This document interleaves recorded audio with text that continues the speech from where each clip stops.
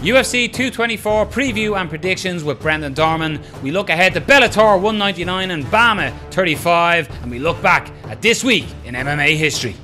This is Dad and Till. Tune into Obviously Fight Talk. He said what? 1, 2, 3, and we're live. Welcome along to Obviously Fight Talk episode 112. This is the velvet sounds of Noel O'Keefe, and I am joined by the hunk who's not a monk, Robert Palin. How do you know I'm not a monk? Yeah. You don't know me. You don't know my life. I've seen your Instagram. You don't know what I've been through. You're very slutty on Instagram. I'm barely on Instagram ever. So, welcome along to Obviously Fight Talk, episode 112. A shout out to our sponsors, Fight Star Ireland, MMAmix.com, and to feelsupreme.co.uk. Hey, if you want to receive 10% off all their products, get onto their website and check out. Use the code Fight Talk at the end, get 10%. What more do you want? This is where Rob says 20%. Doesn't happen, folks. 10% off. Get on them. As well, new shows available most weeks on a Tuesday, but this one was a little different because it was a bank holiday and work gets in the way of life. But every Tuesday we have a new show coming out. And if you do like what you hear or what you're watching, hit subscribe and share it along with your friends. Share it on Bebo Face and all them places. And as I said, audio really helps as well. If you go onto iTunes, leave a little review. Only if you're leaving 5 stars. If it's less than 5 stars, don't leave a review. Don't be that person. 5 stars and say the lads are sound. Noel's a bit annoying, but we'd really appreciate it, as it does really help the show. You wouldn't think it, but it actually really does. So the rundown for this week, we will be looking ahead to this weekend. Fair amount of fights on this weekend, There's a lot Rob. of fights, yeah. If you're a fan of the MMA, this is a weekend designed for you. So this is where you get the brownie points in early in the week, and then you create an argument in and around Saturday afternoon, so you're not getting talked to. Bellator 199 goes down. BAMMA 35 here in the capital of Ireland. Apologies, Cork listeners. Dublin's 3 Arena. Make no apologies. Sees BAMMA 35 arrive on Dublin shores again. We'll be looking back at this week in MMA history. Funny one, when me and Rob, we tend to look at this on the day to see us hadn't record of late to get the latest MMA history. And I was walking up the road today talking about this man. Yeah. And Rob was like, did you already know that it was a coincidence? No, we will be looking back in MMA history. We'll also do a weekend roundup of the likes of RIZIN that happened, RIZIN 10. That main event. Imagine staying there for the main event and blinking. You missed it. And we'll be talking a little bit... So do RIZIN name their events? Like, did you have like names? I don't know. Alright. Just wondering. Yeah. There's some great possibilities there. Rising up, back on the streets. We'll leave that there. Go over Haye, Bellew as well in the card there. A couple of good wins for Irish fighters as well, and good performance by Irish fighters. We will have UFC 224 preview and predictions. We couldn't get anybody else on, so we're going to get Brendan on. I know you're probably sick of his drama. Hopefully he talks to us and doesn't talk into a machine that then does the sentence out for him. Oh yeah, he went that way, and boy did Reddit not like it. Did they not like it? Did they not? Text to voice, they were not fans. Yeah. Somebody does that. I think BJJ Scout does that. Yeah. And where we always start, you're Obviously Fight Talk quick for news. So this is the moment where Rob panics and realises he doesn't have his phone on with the clock ready to go. So quick fire news, this is where we have 2 minutes to talk about a chosen article from this week's news.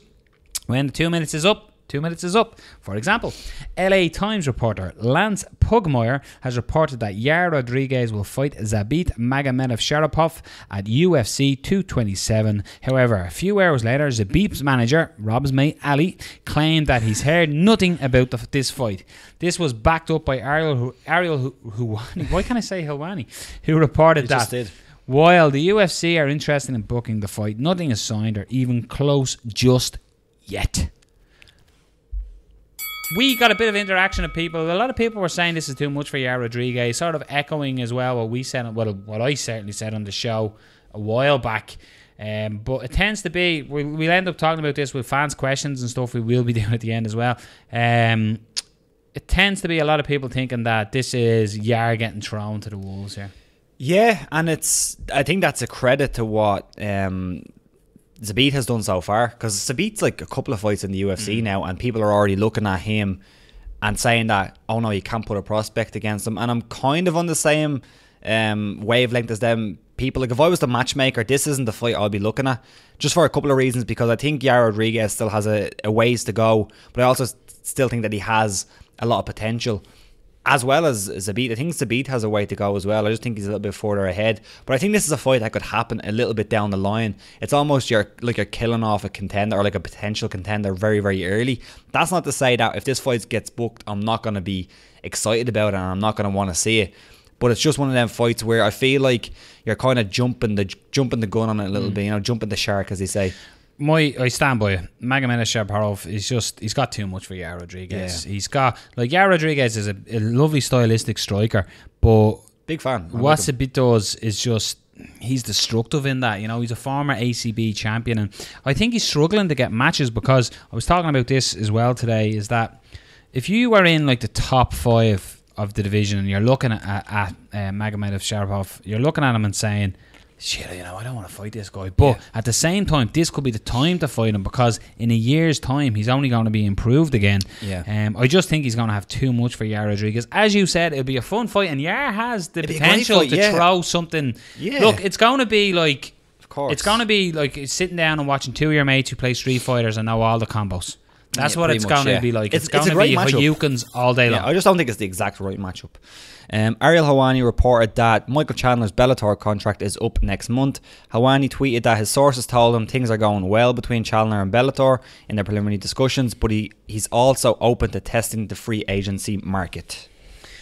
He was on, I haven't listened to it as of yet, but he was on Rogan's podcast. I don't know if you've heard of the Joe Rogan Experience. No. But he was on that, and it was again, this is second-hand or third-hand information I was given by someone who has listened to it, and they said the episode, or the, what do you call it, episodes? What? Yeah. So he does call it episodes. He's a copycat. He said it reminded him very much of the Jimmy Smith ones, where Jimmy hadn't signed for the UFC, but Rogan was real, come to the dark side. Yeah. But so Chandler, and this is an interesting one. He said if he did join the UFC, does he sit in the top 5? He certainly sits in the top 10, top 5. So it would be an interesting move. And this whole, you're not the guy until you beat the guy, and apparently all the guys are in the UFC talk. So yeah, I didn't see the Rogan Experience, so I don't know what happened. I'm looking forward to checking it out. Michael Chandler's an interesting guy, and I'd like to see him in the UFC. Who knows if it's going to happen? I'm not sure. I'm sure he's been paid pretty well by Bellator. I think Bellator will want to keep a hold of him because he's one of their kind of homegrown guys that's come up to the promotion. But he seemed to have a bit of a problem trying to get that fight with Brett Primus, and maybe he's a bit pissed off at that they haven't matched that up. I don't know what's happening with it. So it's possible that he'll end up in the UFC. And I think if he ends up in the UFC, I think he's competitive in the top 5, top 10. Definitely in the top 10. And there's plenty of matchups I'd love to see there, because Chandler is definitely one of the best fighters in the world at that weight. And that's saying something. That's lightweight. Lightweight is probably the best division in all of MMA. So, that's arguable. But yeah, I'd love to see him in the UFC, but I also think that he's one of Bellator's attractions, as in they can point at him as being like their guy, their kind of homegrown guy. So who knows? In other UFC 227 news, Dana White confirmed that the UFC are in talks, get ready for it, with GSP and Nate Diaz about a potential fight at UFC 227. White reiterated that the UFC has been offering both Nate and Nick Diaz fights over the last few years, but they have not come to the deal. But this is one against GSP for Nate. He said it is a possibility. I need to give them 3 fights a year, White said. If I fail to give them 3 fights a year, then I have to pay them. I've honoured my contract with those guys. They just keep turning down fights. Rob was giving out to me about long news, which extends their contracts, but we are working right now to try and put together a Georges St-Pierre versus Nate Diaz fight. What do you think it is? To be honest, I don't hate it for just for a few reasons. The only reason I don't hate it, or not the only reason, is that the matchup makes no sense. GSP would most likely 99% run over Nate Diaz, but I just want to see them back.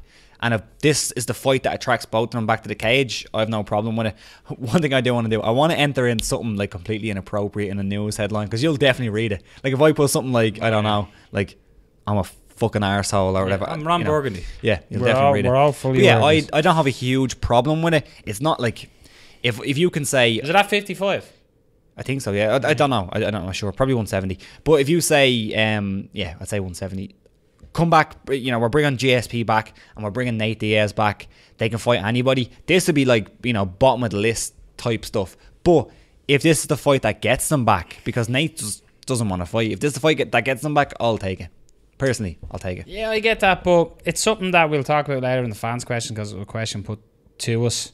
And I agree with it, is that to me it shows the UFC's hierarchy or matchmakers are running out of ideas. Sure. Yeah, I'll watch it. You know, I'll watch it because I'll watch it. I'm a whore. Yeah. But like, I don't think it's the It's fight. not the fight. Like GSP's last fight, he won the middleweight title. He's probably the greatest welterweight of all time. So why isn't he fighting at welterweight? Why isn't that happening? Why does a Woodley fight it now? could be at welterweight. I don't know. No, but what? Like, it's just. As in, why isn't he fighting Woodley? Why? You know what I mean? He's I know won what a you belt. mean, He's yeah. vacated a belt. Why is Nate Diaz getting this? Why is Nate Diaz deserving of this payday when there's other fighters in both the 70 and 55 or 185 division that would be more deserving of this? Nate Diaz hasn't put on a pair of 4-ounce gloves. It doesn't matter since what. Conor It doesn't McGregor matter whooped his ass. It doesn't matter who deserves what. Didn't whoop his ass. It was a really close fight. Yeah, it doesn't matter who deserves. Like Nate actually whooped Conor's ass the 4th time. It doesn't matter who deserves. It's more so the UFC want these guys back, and if this is the one that's gonna make it, they're gonna just jump at it. You know? I don't like it. I'll watch it, but I don't like it. Yeah, I'll allow it. The LA Times have leaked the UFC 224 card, and if this is it, what a card on paper it is. You wrote that, didn't you? I did. What's wrong with that? The LA Times have leaked the UFC It's card. difficult to And if read. this is it, what a card on paper. Anyway, A couple of the fights, Rob. Don't call it the whole. no. TJ Dillashaw versus. This is apparently what they want to do. TJ Dillashaw versus Cody Garbrandt. Well, what we'll do is we'll give a thumbs up or a thumbs down. We'll go through all of them, and that's going to be this segment. Right. Ding, ding, ding. So anyone who's listening, you're fucked. You don't know what we think. Yeah, okay, wait.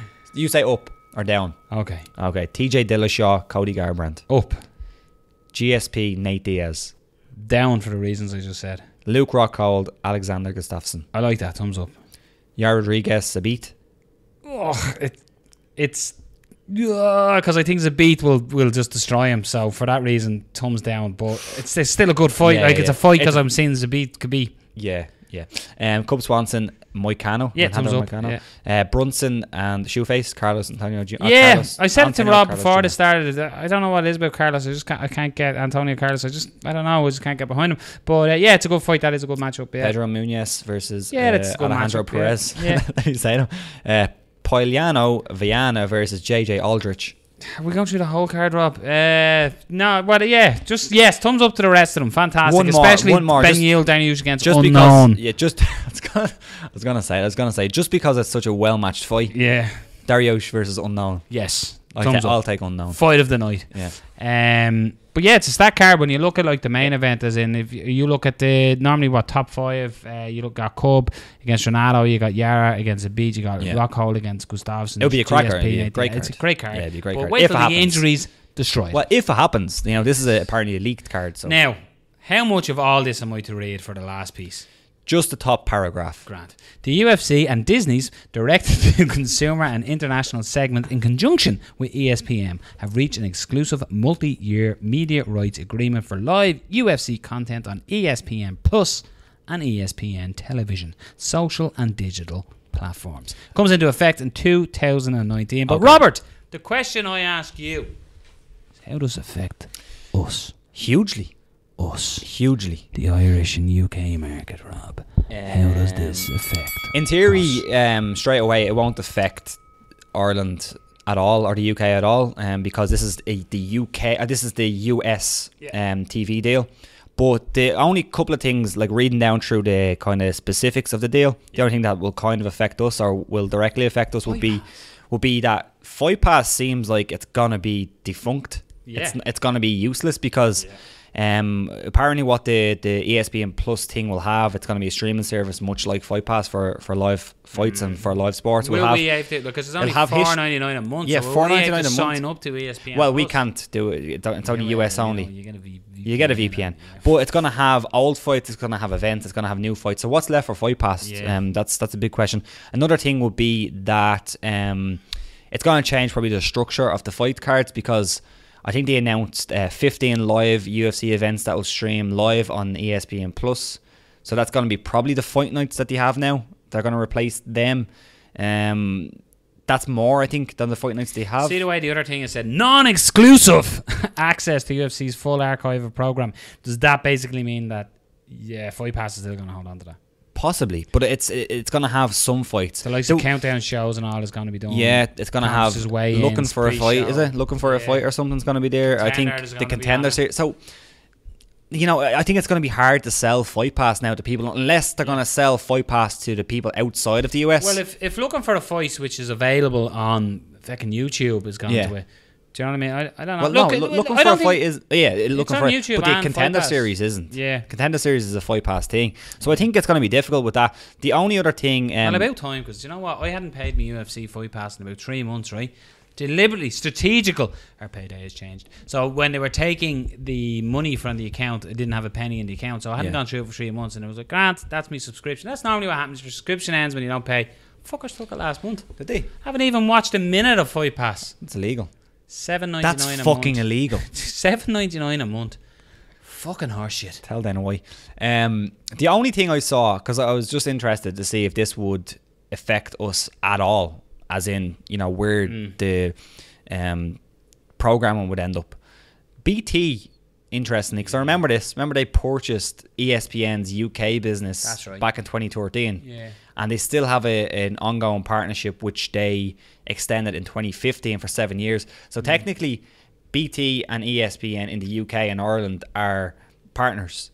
So I don't know if maybe the idea is to not make ESPN Plus available, but maybe to do a similar type deal in Ireland and the UK. I don't know, because I know for example, with BT here, that's going to go ding-ding, but we're talking different away from it now. But BT here in Ireland, you have to be with fucking Air Sports or something, isn't it? It's the Air Sports package. Something like that, yeah. So I wonder if it is with ESPN, will maybe that severance come, that it's not tied in with Air Sports? Like, who has Air Sports? Yeah. But I don't know. Apparently if you get their internet, you get BT free. But my point is that if it's with ESPN, hopefully, I think ESPN is available on Sky, like, for example. Hopefully you get I think it's part of the BT's package now. I don't know, because I think it is. I think like BT for me has become harder to get. As in, I was with Virgin Media. Did he still call Virgin? Yeah. I was with Virgin, got rid of them because they were terrible. You'd be watching fights and like it'd be like you were watching a dodgy stream because it would just freeze. Yeah. So it was very annoying. So I got Sky, and when they got rid of BT, I got Sky in, and you pay the extra to get the air package or whatever. So hopefully it might make it a little bit more accessible for us here, and especially like, I don't know, just other fights. Like, I know other, do ESPN cover like World Series of Fighting or stuff like that? Like, you'd love more MMA, folks. Yeah. Like that one app, that one championship app, that's now available. Go and check free. Out. Yeah, it's free. One question I had, because this was one of the big questions coming in to this deal, the UFC deal, and when the idea of like Netflix or Amazon to pick it up, the question around that was, and just to be clear, this is not going to be like the UFC is only going to be streaming. The pay-per-view model is still there, and they will have events on ESPN itself, as far as I'm aware, on the TV station. It just seems like it's going to be just a different channel. Yeah, no, it'd be a different channel, but it's going to be, a lot of it's going to be pushed more towards digital. It's going to be streaming only. Yeah. So it seems like they're moving towards streaming even more. But my question is, because this was a discussion, was, is there something not as good for companies to not be on TV and be on streaming? Because one of the big things was, and it was on the MMA Beat, I was listening one time, and they were saying, there's still this prestige about TV, and I kind of get that. But then when you actually think about it, like if I say to you, watch Stranger Things, but you can only watch a stream and it's on Netflix, it's a Netflix exclusive. Yeah. I don't think anyone in this day and age goes, it's on Netflix, it's a streaming exclusive. That sounds shit. Like, well, TV is changing. Like, my young lad's 13. He doesn't watch TV. Yeah. He watches everything on a computer. Yeah. Like, everything. Yeah. I'm the same. I'm the same. I'm an older gentleman. Yeah, I never watch TV. And, like, I do watch TV. I'd watch an awful lot streaming, but I don't know. It's just... The only thing about TV... I think it's weird. Like, for me, it'd be, like for me, with... What the fuck is channel surfing? I'm joking. Yeah, but no, if If it's on your telly, it's on your telly. But if it's streaming, I know there's now the smart TVs and stuff like that. What's the difference though? You're such an old man. I am an old man. I don't know. Do you know what it is? It's the only thing that I think still like reading the Sunday newspaper.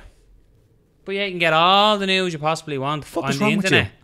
Nothing better than reading the Sunday World or the news of the world on the Jacks on a Sunday, finding out all the madness that goes on in Dublin and Ireland and the world. I love reading the paper. The only thing that's really left for, I think, actual cable television, or whatever you want to call it, is live sports. I think once live sports moves away, it's going to completely kill it. But we've gone way off on this. We've gone way off. But no, keep the mouse moving.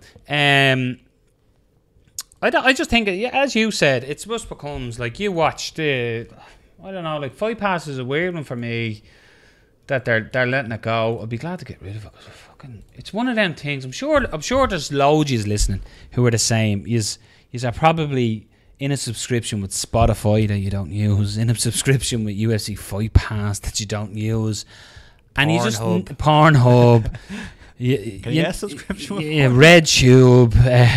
No, but you probably have so many subscriptions and things that you just don't think about, and it just goes out of your account. Yeah.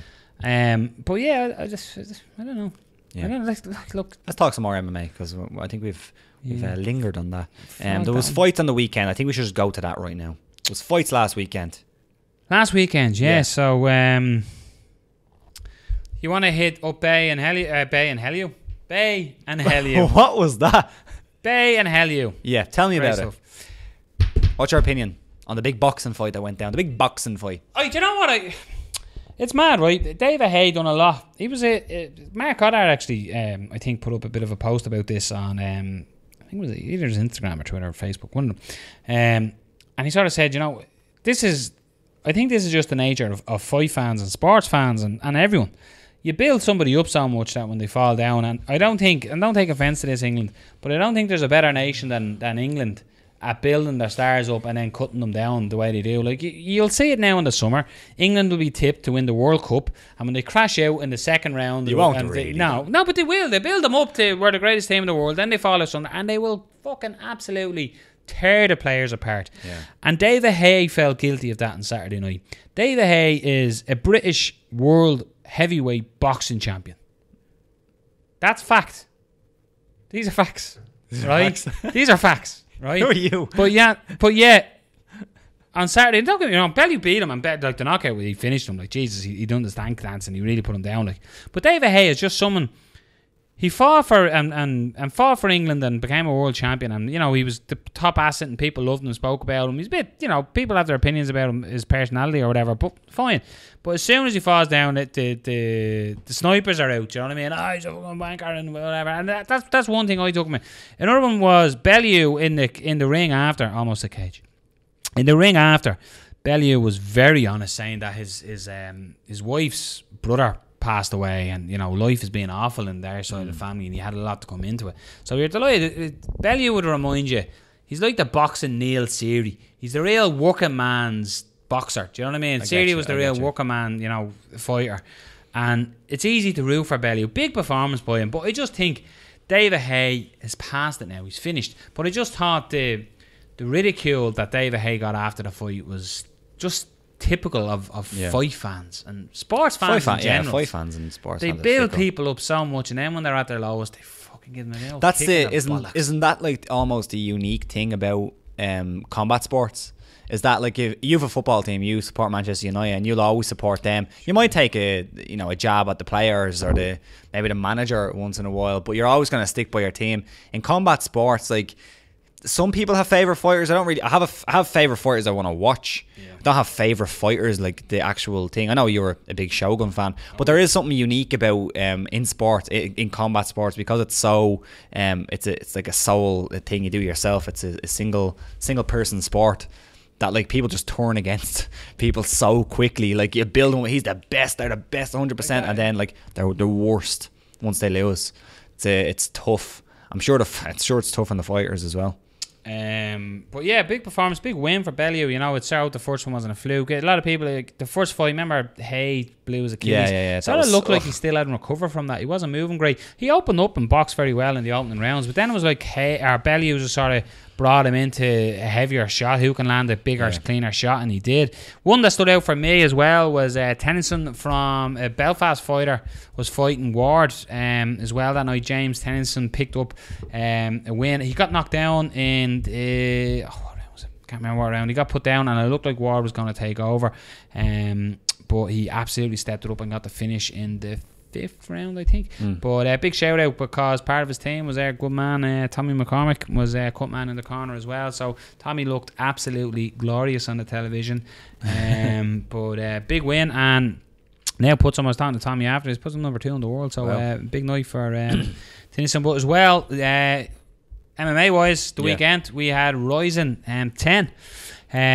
Your man Horiguchi, Rob, you are a big fan of Horiguchi. You even picked him against Neil Seary.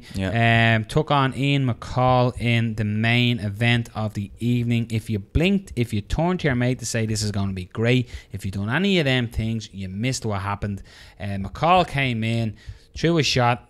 Horiguchi got out of the way and came back with an absolute belter of a left hook that put McCall out. One punch thrown, one punch knockout. It was recorded in 9 seconds, up there for one of the fastest knockouts. Probably the fastest knockout for RIZIN for sure. But I can't remember what the fast one in the UFC was. I think it was. I think it was like Dwayne Ludwig, was it? Yeah, Ludwig. I think it was Ludwig. Yeah, it was like 6 seconds or something like or 7 seconds. But Horiguchi, man, what a run! The run that Horiguchi's on since leaving the UFC, and remember, Horiguchi didn't leave the UFC on a loss. Horiguchi left the UFC on a win, and also on a streak, and on a kind of tip to be maybe a contender in 2 or 3 fights. The only reason he wasn't a contender is because he fought him already. But I think we saw not a new wrinkle in his game, because I think we've seen it in shades as well. But like normally he's the guy who will jump in and out and land the strikes in that way. But he was more so he faded away and just landed that left hook, and it was absolutely beautiful. I'm a big fan of this guy, and I think that if the UFC do get him back at some point, and I don't think it's really, you can't really say he's definitely going to come back to UFC, because I'm sure RIZIN are paying him a decent amount of money, probably more than the UFC can pay at the moment. 6th fight in RIZIN. Yeah, and he's doing a great job. But if they do get him back, if they promote him right, and you can pick Demetrius Johnson, and I probably would pick Demetrius Johnson, but if they promote him right, the guy who went out, he dominated, and now he's coming back as the #1 contender. We've had examples it's a big fight. Rob, the likes of Robbie Lawler. Robbie Lawler left the UFC, went off, came back, and even when Robbie Lawler came back, he wasn't really tipped for title contention. No, because he didn't do that great. It was like he done well in some parts, but like his actual run back to the UFC, that kind of maybe 5 fights up to there, he was probably 2 and 3 or something like that. But there is good examples, like Vitor Belfort obviously went off, came back. Do you know what I mean? There is. Was it an early stoppage? No, he was done. Ian McCall, it's mad. He's had such a bad run of it. Yeah. Between injuries to his opponent, him falling sick, getting cut on a fucking rope in his RIZIN debut. Yeah. That was mental. That was mental. He's coursed. There's 1, 2, 3, 4, 5, 6 fights in a row cancelled. Man. Insane. Absolute insane. So like you fear for Ian McCall that is that time now for him. But Horiguchi, man, strength by strength, and like super impressive. Is he? Why the fuck would you go back to the UFC? He's the king in RIZIN now. Yeah, unless they pay him. Yeah, I don't see him going back. On the other fights on the card was Tenshin Nakasawa, or I can't pronounce the second name, but Tenshin, they just call him by Tenshin, against Nakamura. It was a kickboxing match, and I know Tenshin has fought some MMA fights as well. I kind of wish that he stayed in MMA and didn't go back to kickboxing, because I think his kickboxing is just unbelievable, and I'd love to see him full time in MMA. But RIZIN put on these fun fights, and they are fun. I'm not complaining. It was very, very fun. But Tenshin is very, very fun. Tenshin is like super impressive, that guy. Big standout as well was Darren Cruikshank, the left head kick. Absolutely beautiful. Back of the net. I love the way they were in like that clinch position, and then he kind of broke the clinch, and he kind of almost like set him up with his hand. It was just it's something you said when we were talking. Gorgeous. It was something you said, Rob, when we were chatting about Darren Cruikshank. When he's on, he's on. Absolutely on. But he has the real win a couple, lose a couple, win a couple, lose a couple, and he just needs to get that consistency. I like him in RIZIN as well. I don't know. Yeah. The American guy going over and knocking out people. It's funny. You've been watching Karate Kid, have you? Yeah, I know. Have you watched the new Karate Kid? I've seen it, yeah. Did you watch the whole season? No. No. Have you seen they've made the new Cobra Kai? Yeah. Haven't watched it yet, no. Oh, I said, go on, I'll give it a go. And they start off with the final. And El Daniel's son does the old crane kick and all, you know. But then it goes many moons later.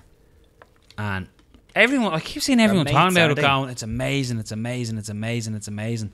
I watched 10 minutes of it and I turned it off. I was like, this is what, like, hammiest acting. This has happened. I'm going to go back to it. Though, with like films, when I'm telling you to watch a film, watch it for 15 minutes, didn't like it. You can't. It's the 15-minute test, Rob. Give it time. Normally, when you tell me to watch a movie, I put it on a list of a do not watch movie list. But I'm going to go back. I'm going to go back to it because movies. I'm going to go back to because it's fucking Karate Kid. I mean, I grew up on that shit. But sweep the leg. It was terrible acting. Terrible. Sure. Yeah. We've got to that stage. I mean, may as well ring him.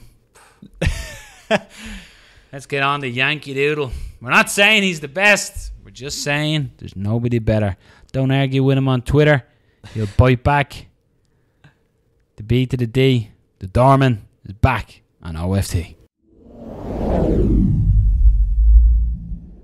So welcome back to obviously Fight Talk, and if you're watching on YouTube you can see, and if you're listening on audio get ready because I'm about to tell you. Welcome back to OFT, Mr. Brendan Dorman.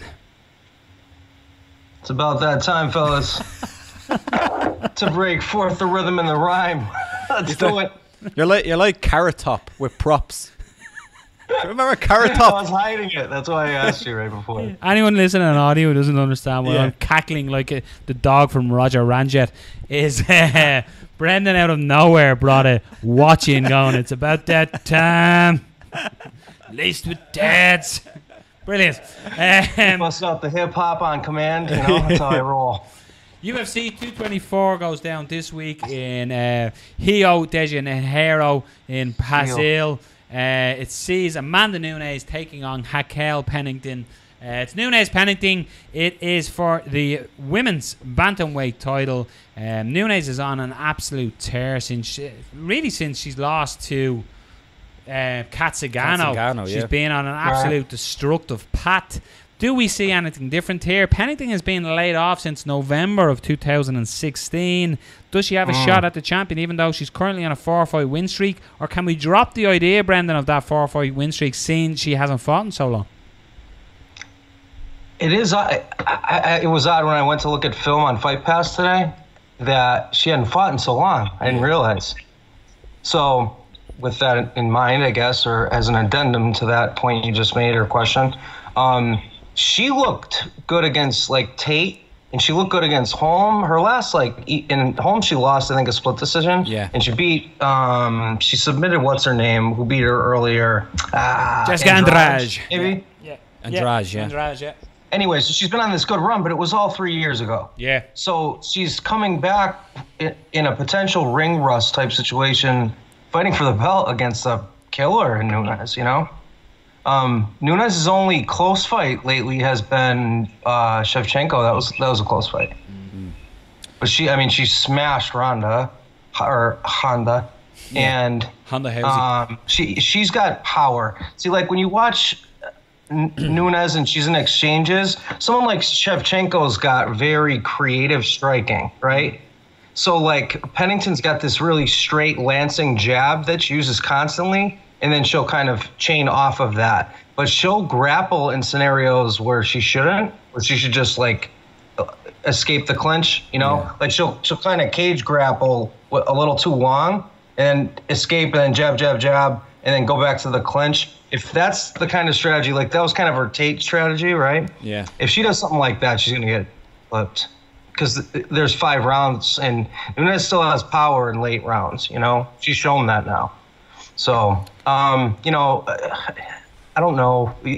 I could see an upset. The line's ridiculous for it. We'll see. Yeah, she could win. One thing that is always put on Amanda Nunes, and I was only saying it to Rob as we were starting here, is that the cardio issues with Nunes, they have dropped a little. And Rob said, you know, they still happen. Do you still feel that I still feel that she's not a strong finisher. She starts very, very quickly. our first round was probably the best round in the women's division. I think by quite a stretch. Fair. But I think that she goes down. If she's on the graph, she goes down, down, down, down. Not to say that now we can say it's bad. What's with your face? Nothing. What? It's like, are you admiring me? What are you doing? No, Rob said she goes down, down, down, down. Oh, you're awful. Just look, I can't help what goes on in there. You know, I just can't help it. Yeah, he's a 50-year-old man, Brendan. Clearly.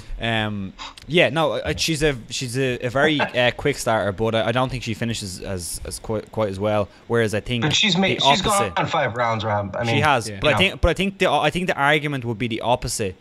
Is for Pennington. I think Pennington, she starts slow, so it's the opposite, and she finishes very strong. Well, and you look at the Shevchenko, the first fight when that's they fought. Interesting, but not for 5 rounds though, right? Yeah, sure, No. sure. When you look at the Shevchenko, the first fight, 3 rounds, everyone was sort of under the general agreement that if that went another 2 rounds, Shevchenko was going to take over and get the win. Then they fought again, and it went to 5 rounds, and Amanda Nunes sort of said, "See that opinion is all I had? Yeah, go stick that somewhere." Yeah. But it took that for her to wake up to cardio, you know? I wasn't even meant to be dirty. I was being weird. Now it's you. Yeah, he's fucking. I feel like we're at a rap party. Yeah. We're the red cake cups. But right, so Amanda Nunes, we know the intensity she brings and the power that she carries in this weight division. So as you're saying, Brendan, with Pennington coming in and working off that jab, can she afford to stand in front of Amanda Nunes, utilizing that tactic? No, because that's like one of her strengths, and that's what I worry about. The way I kind of see it, I mean, if she can make it into those clinches and kind of wear on her, because right, I mean, she doesn't have Diaz cardio, Bisping. I mean, we know that. We know she's not a 5th round Robbie Lawler-ish type fighter. I mean, that's not what she is. But if that's the plan, and she can like avoid that right hand for 5, I wouldn't strategize that way. And Amanda, what are you gonna do? Take her down? She's a black belt. You know, I don't think that's a good strategy either. So it's probably gonna be a war of attrition or who lands, because Pennington doesn't have that turnover, push it to bed power at all. She'll just kind of ding you up. Like when she fought Tate, she got her face red, but she landed like 60 strikes. But none of them had her like on Queer Street or whatever. And again, so I think that, and the other thing with the jab is Amanda throws a long looping, like what I call like a 2-4 hybrid. It's not straight like a cross. It's not quite a hook. It's kind of like an in-between, but it's straight. It's not overhand. And that's like a really good counter strike to a jab if she times it right. It could come down to that, just those two, like right versus left hand. I have a feeling this is going to be the tweet of, may have said this on obviously Fight Talk during the week. The point you just made there, that tends to happen with you when you call it. You absolutely call it. For me, I just don't. Who said that? Well, Did someone else say that? No. What you just said, I have a feeling that you'll be saying during the week. Remember, I said this on obviously Fight Talk. Oh, right. Yeah, gotcha. Like what I just see, like, again, in a way you can't dismiss the 4-fight win streak, but. No. How long does it last? Do you know what I mean? You can't say I'm riding a 4-fight win streak when one of them fights was almost 3 years ago. Yeah. So, you know, a little bit of that ring rust is a real thing, and it's, as you said, she's being put in there with an absolute animal, like in Brazil as well. Yeah, in Brazil, and that's not saying like they're fighting in Brazil. I mean, that's a travel. You need to travel down there to her home country and stuff. So that's difficult. And if you ever talk to fighters that have fought down there that are like American, like ask them some stories. It's not. They usually don't give you an environment that's conducive to confidence. You know. Hostile territory. So for me, I see no outcome here but Amanda Nunes, and I see Amanda Nunes getting it done, probably round one or two, just doing what she does and being incredibly aggressive. But as you said, Brendan, she can be aggressive because she's not fearful of the takedown, because if she gets taken down, it's like, okay, I'll put this weapon away and I'll now draw this sword. That's what she sort of has, and I feel that's, when I look at this fight and I look at where can Pennington win this fight, I find it very difficult to even come up with a possibility. Attrition. That's how I feel as well. A war of attrition. That would be the only way. But for 5, right? I can't see her winning via submission. She doesn't have knockout power, right? So now we go, right? Stoppage. But even that war, that war of attrition becomes harder. The fact that she's being off for so long. Yeah. You know, Right. she's gone born. She'll definitely have an adrenaline. She'll definitely have an adrenaline drop like during that. Yeah, There's no doubt about it. But for me, I can't see past Amanda Nunes. Bruce Buffer saying and still. I'm on the same boat. I just think, I think that there's a possibility, as you said, Brendan, if she can survive the first 2 rounds and come on strong late, I think she has a chance, because I do think Nunes will slow down a little. I do think Nunes will slow down a little bit. And I do feel like Pennington, even though we haven't seen over the 5 rounds, I do feel like she will be fairly consistent. She's always in her opponent's fight. Like that, the Holly Holm fight, that was Holm's first fight in the UFC, and I thought that was really impressive, her performance there. Especially at that time, Pennington wasn't looked at as any type of contender. She was coming off tough, and she was coming off of a couple of losses, and her record wasn't great. So I thought that was impressive, and what she done to Miesha Tate was excellent as well. Of course, Miesha Tate, that was her last fight, so you do need to take that into account. But I just think that Amanda Nunes in them first 2 rounds could piece her up, and then if you want to try make it a war of attrition late, I think she's going to take a lot of damage in the first 2. That I think it's going to be very difficult to turn it into a fight where she can be successful late. So yeah, I'm going to go with Amanda Nunes. I'm going to say a finish, but Pennington is very, very tough, and I think she's been finished once maybe by submission. Yeah. So yeah, I'll go with Nunes by a 2nd round stoppage. I'm not going to make a pick, but just because it's fruitless at this point. But I will say this. Amanda's the obvious favorite, and I can see her winning in 1, honestly. Yeah. Because she's got put you to sleep power, which is, besides Cyborg, there's not, in all the women's divisions, right, there's not too many with that kind of put you to bed. No. Rose has shown it once, right? Yeah. Joanna's, it's always piecing somebody up. It's not. It's more Dominic Cruz than Mike Tyson or whatever you want to use as an analogy, right? But can you 5 rounds with 2 years off? It's tough. It's so lofty. My only thing I wanted to say is, as kind of an addendum, is it feels like we're due for a big upset. It's been a while. Yeah. This would be a huge upset. Yeah. I think it's like minus. It's like a 9-1, or it's a crazy line on that fight. Yeah. So. Worth a fight. I mean, Amanda. Obviously, if you're, I wouldn't bet on the fight. Period. Amanda's, by all accounts, by all statistical measures, should win. Come out. I think she'll finish her. Yeah, I think it's unanimous and pretty convincing that we all think the same way. Let's see us all eat humble pie next week. Your co-main event. This is a fun fight. This is an absolute cracker. It's Jacare Souza taking on Kelvin Gastelum. It's funny, as I was looking at this and just looking at the fighters, as you think of both fighters in your mind, doesn't Jacare just strike you as a much bigger man? But yet when you look at their actual stats side by side, he ain't that much bigger. Really? But doesn't he? Don't you get that inkling? Or just thinking about fighters, a much bigger guy. Yeah, well, Gastelum is pretty undersized for that weight. Yeah. And he has said that in the past. The funny thing, I think he actually said that, I need to go back down to welterweight because I can't beat the huge guys like Chris Weidman and Jacare Souza and all these. He already lost to Chris Weidman, and now he's going to go in there with Jacare Souza. But what you said, the stats are quite close in terms of size. Yeah. Like in height is 73 inches against 69 inches, so it's not huge. But the reach is the one you look at. Significant though. Is 72, 71 in reach, and leg reach is 41 against 39. So it's fair enough if a guy is taller than you, but if your reach is similar to one another, who cares about if you're taller than me? Once my fist can land on your chin, who gives a? I think Jacare is certainly, build-wise, he's certainly a bigger guy. Yeah. He's a much bigger guy physically. Like I think he's more lengthy, right? Yeah, he is. Kelvin's a center of mass, low to the ground. He's not even built like a professional athlete. No, he has a strange shape. But he's a bad motherfucker. I'll get to that. Go ahead. Yeah. No, continue. So I was gonna say, I think this fight comes down to striking versus the ground. I don't think old school. I just don't think Jacare can catch Kelvin standing. He has the power to put him away. Sure. Although, based on what, right? When have we seen Kelvin? Kelvin gave Woodley a run. Remember? Yeah. That was a closer fight than I think some people remember. And Jacare's, that win over Brunson was impressive. He's got, the Okami overhand right win. But he has moments of kind of blah where It's like, dude, you're not using your jiu-jitsu. You're not using your judo black belt. You're not, Weidman beat Gastelum with a beautiful takedown into a beautiful transition arm triangle, right? Yeah. Like that, and that's Jacare. That's one of his best submissions. That and his Kimura probably. He does from like Kesa. Anyway, if it goes to the ground, Jacare can work his magic and probably finish it out. But you got to get him down first, right? Yeah. Or go for it. Jacare's kind of fallen in love with his power. He's one of those grappler turned loving his striking guys, So I think standing, Kelvin can piece him up. Kelvin is fantastic with his hands.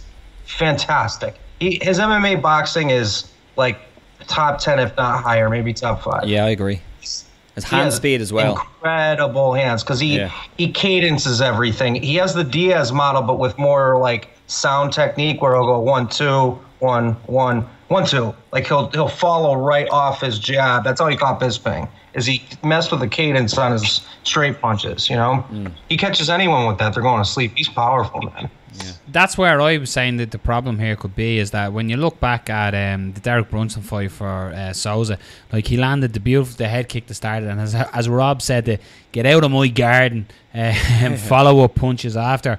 And it just, this tends to happen. You see other fighters like Roy Nelson is one that stands out because fantastic jiu-jitsu game and grappling game. Black belt. Yeah, and then he just fell in love with his power and went away from it. And when you look at Roy Nelson's latest victories, they've all come because he's taken fighters down and beat them up. Yeah. But Jacare, remember him versus Kimbo? Did you guys see that? Yeah. Crucifixed him after taking one. Yeah, tough. Yeah, got him on the ground, went to crucifix and just beat the shit out of him. That Roy Nelson, I was like, this guy's got a future. Yeah. Then he fell in love with that overhand right and started jabbing his face off. It happens to a lot of fighters. The same with like Dan Henderson fell in love with his power as well. Do you know what I mean? Don't get me wrong. You'd fall in love with it for a reason. We're talking an Olympic level wrestler too. Yeah. Yeah, and it's something that you can sort of slightly see happening to Jacare now. For me, I'll give my cards away here. I'm picking Jacare to win the fight, but I can see him losing this fight if he decides that, you know what, I have a couple of knockouts on my resume. I know what you just done to Bisping, so I reckon if I knock you out, this will look good for me. Yeah.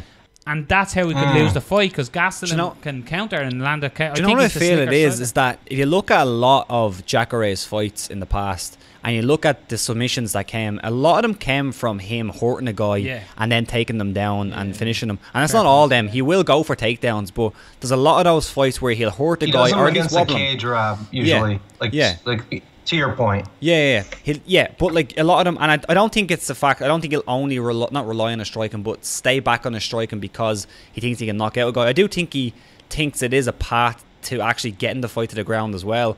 But that also opens the opportunity, as you said, Brendan. If he stands on the feet long enough and lets Kelvin get confident, and that comes really quickly with Kelvin straight away. He starts really fast. This Kelvin could take this, and I'm not sure what the lines are like, the betting lines, but I'd assume Jacare is a bit of a favourite. So this close. Could be. Is it close? Jacare is favourite, but not by a lot. Okay. Yeah. And again, I think anyway, I'm 90% on that. Again, I think that comes down to, the fight starts on the feet. You know what I mean? Yeah. And Gastelum, like I agree with, you said earlier you have Gastelum down as one of the top boxers in MMA. I agree with that. Like MMA boxing, it is. His hands are lightning. We only look like that. The shot that he put Bisping out with, but when you look back, the library of Gastelum fights, he has an awful lot of success. And I think as well, in a way, almost what I opened talking about this fight about is in, you think Jacare is the bigger guy, so I think he might be deceive some of his opponents when you look at him, because he doesn't have that big boxer look about him. He doesn't have it. He looks short and small, and you might think you're out of range or out of reach and get caught with it. And I think that's where Gastelum will have a lot of success, and I just think that could be the downfall of Jacare in this one if he falls into that trap. On that point, when I was talking about the 1-2, like the cadence 1-2, like his boxing's good because he understands positioning, angle, like how to attack in an angle. He's got good defense too. Don't forget, right? So the other thing, an addendum to what you just said, and I'm using the word addendum entirely too much, but he closes distance in a deceptive way, because I think because of his build, if that makes sense. Like he's not, like you said, he's not this John Jones-ish long dude. You know, he's stocky and compact, but he's got explosive muscles. You know, the way that he closes distance is deceptive. Yeah. And someone like Jacare, who tends to just fall asleep in fights sometimes, for lack of a better way to put it. You know, it's like he's bored out there. He's not a proactive kind of guy. He like takes what's given to him, you know? He had a chance like with Romero in his guard. He didn't even attack. He was just trying to maintain. And I know he was hurt, but when you're at that level of a black belt, I mean, he's tapped like Marcelo Garcia. He's the highest level. I think he beat Audra Gracie even in the gi. And we're talking about a world-class grappler that has gotten away from it forever. He got Kamosi twice, and he guillotined, who was it against the fence that he caught in a guillotine? It wasn't Musasi, was it? Yeah, he did. Yeah, he choked Musasi. I think it was a guillotine. Okay, so, that's a big win, obviously. Yeah. Right? But you just don't, I don't know. I'd like to see it more. I love jiu-jitsu, and that might be part of it, but I love striking just as much. I don't have any rooting interest by any stretch, but, you know, I just think it's you can make it simple and go stand-up versus ground, right? Yeah. But Jacare can win standing, and if Kelvin gets top position, because he does have good wrestling, that's what he did to Uriah Hall, then, you know, he could win on the ground. I don't really see that happening. You know? But those are the safest kind of ways to look at it. But I think I can see Kelvin catching Jacare and skyrocketing. Man. We do have to make the point clear, though. If you go back and watch the Chris Weidman fight and look at the third round when Chris Weidman got on top, even though I think Chris Weidman's a bigger middleweight than Jacare, still he definitely is. Yeah, but they're still bigger guys than Kelvin. Like I think Kelvin, in terms of size, as in height and reach, maybe it's close. But I still feel Jacare, if he gets a hold of him, especially with his grip, like that's a guy who's been doing jiu-jitsu all his life, as you said. He tapped Marcelo. That grip is insane. If he can get on top of Kelvin, I think Kelvin will be in a huge amount of trouble. Like a huge, his name amount means of trouble. Alligator. Yeah. That's not like a random nickname. It's because he clamps on you. Yeah. Good luck getting out. You know, that's what that's all about. Yeah. With all that said, I wouldn't bet on this fight in a way, but I'm gonna go with Gastelum as well. I'm gonna say he's gonna catch him on the feet. I think Jacare is gonna just give him too much respect on the feet and stay up there for too long. And Kelvin's fast hands. Too much respect or not enough respect? Yeah, not enough respect. Yeah. Or because if I'm Jacare's coach, which I clearly I'm not, but if I were, did you guys hear an echo? No, it's only sometimes a small delay, but go ahead. It's super annoying. Okay. You hear me all right? Yeah, beautiful. Yes, sir. I love you too. So, if I was his coach, I'd be like, jab right and then throw your overhand right. That's fine, but let your right hip follow. Like what Dan Henderson used to do in his prime when he was in Pride, is he'd throw his overhand right in a way to let his right hip put him into southpaw and then take down off of that. Because we're talking about a judo black belt too in Jacare. It's not as though he can't do it. It's will he even attempt it? Because that guy's head is impossible to get into. I will not pretend to have that guy's psychology figured out. You know? And I also don't think the hometown thing will play in with Gastelum as much. I don't think that guy's really flappable, you know? No. Okay. So, standing Kelvin, if Jacare changes it up and goes back to his roots, he can win on the ground, but I'm going to pick Kelvin to win. Ooh, interesting. 2 against 1. Your next bout in the evening is in the strawweight division.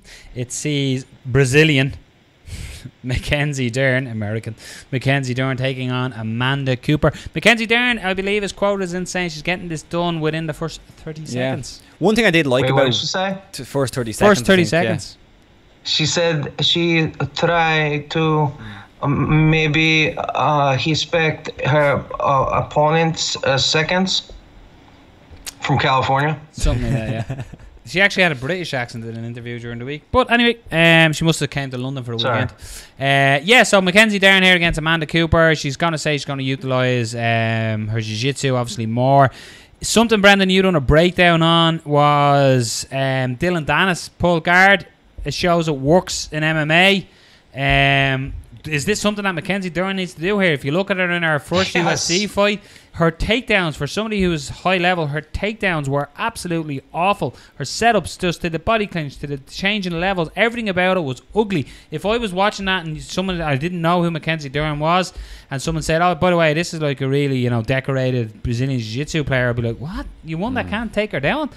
Is it something that Dylan Dennis showed? It's almost like people say, you can't do that, you can't do that, you can't do that, until someone goes ahead and does it. Is this something that could come in and should come into play here for Mackenzie Dern if she can't get the takedown pull guard?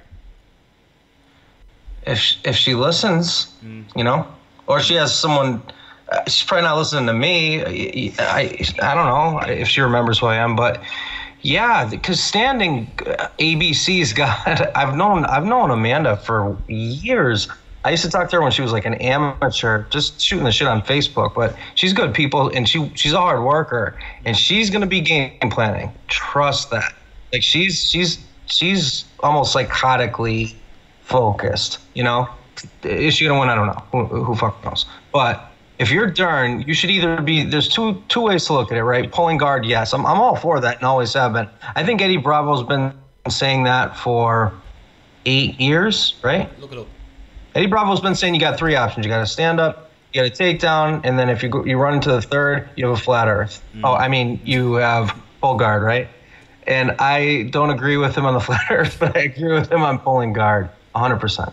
I think if your jiu-jitsu is that superior, which it's going to be against anyone, right? She beat like Gabby Garcia, who is like your size now. Yeah. Well, more muscle. It's true though. Thanks for joining us this week, and obviously Fight Talk. Sorry. No, it doesn't matter. Either that or you do more no-gi, because her accomplishments in jiu-jitsu are in IBJFF, in the gi, where you can kind of like fight from your knees or your seated guard. It's not wrestling based. If she was at Danaher's on a Saturday, like they don't call that class jiu-jitsu. It's submission grappling, Yeah. That delay is awful, huh? No, it's just fine. Rob is saying just because he's looking. Yeah. No, it's just there was a bit of news that came out recently about Mackenzie Dern and the MMA lab. She left the MMA lab, or she was asked to leave the MMA lab. Did you see that? Which I don't like, because John Crouch historically has been a really successful coach, and the fact that he said that she had to leave the MMA lab because she was having trouble basically committing 100% to the gym. She was basically traveling from another spot. I don't know if that's saying that she wasn't committing to training 100% or what, but I don't really like the sound of that at all, especially when she missed weight last time as well. Who did? Mackenzie? I missed everything you said. Yeah. What happened? She's changed. She's changed. She was asked to leave the MMA lab by John Crouch, pretty much. Oh, yeah. I bet you there's more to that than we know. Yeah. In the short, if I had to guess, Because the way she talked about it, she was like, Poha, I don't know, Carayo, he told me not to train at lab. So, who knows? Beautiful Brazilian. Do we see any way here for Amanda Cooper to get the win? She's talented too. She's got a strike and takedown. I think so. I think, to be honest, I think it's a good matchup for Dern, because it's a boxer pretty much who has had trouble with submissions in the past. But I also think if we see the same Mackenzie Dern that we did in the last one, where she couldn't get a takedown and she spent a bit of time on her feet, I think Amanda Cooper can land on her, and probably pretty early. So, and she reacts weird to strikes. Yeah, Mackenzie exactly. Dern, It looks. It was when it was like winging by, It was like Ronda Rousey when she was getting hit, pretty much the way she was reacting to strikes. 100%. It was like someone who just didn't it's like like the being bully hit. getting bullied for the first time. Pretty much, yeah. So I think if it stays in the feet for long enough, I think Cooper can win. And I think I wouldn't even say it's a crazy pick. Like I could probably put a bit of money, but I just think that Dern, the way she's been talking, she's been saying that she's going to go completely jiu-jitsu on this one back in Brazil, and her father's going to be there for the first time seeing her fight. So I think she's going to pursue a takedown, and I think she will get one, because Cooper just hasn't been great at defending takedowns. So I think she will get at least one, and once it hits the floor, I think that's game over. But I do think Cooper can knock her out on the feet. As much as we were talking about Mackenzie Dern first fight in the UFC and how unimpressive she was, the one thing you were impressed with was when she actually got Yoder down, just transitioned like that. Yeah. It was unbelievable. She was in on a submission and the clock beat her. But it took her all of like 14 minutes and 52 seconds to get it to the mat. Yeah. But that 8 seconds, they're not the correct times, people.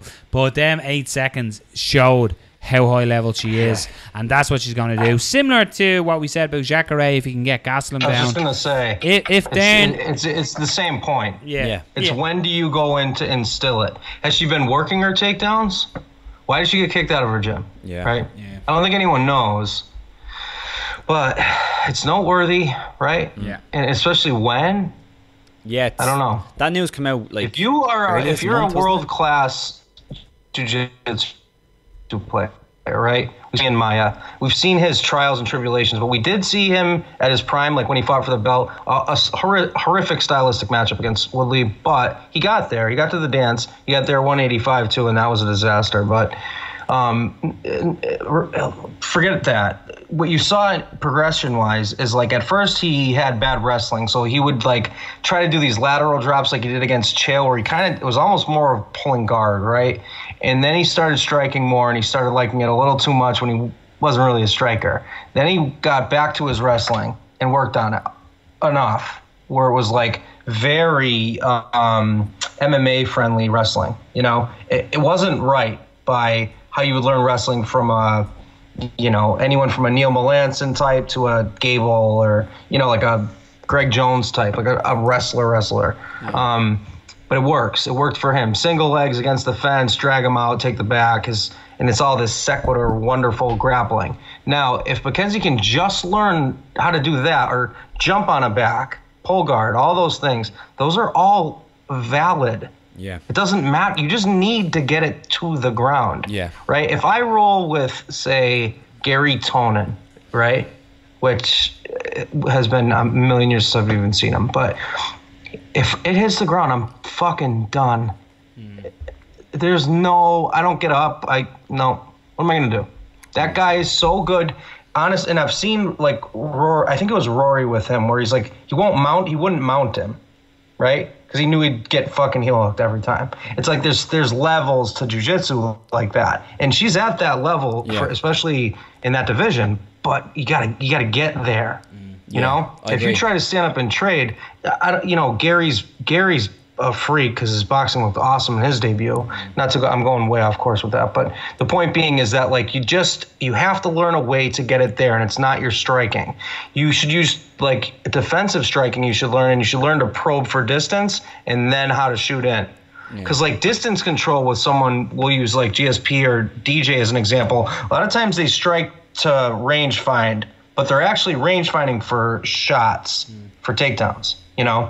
If she can learn that, I don't think it's been enough time, and I think the gym turmoil thing is noteworthy, especially right now. Yeah.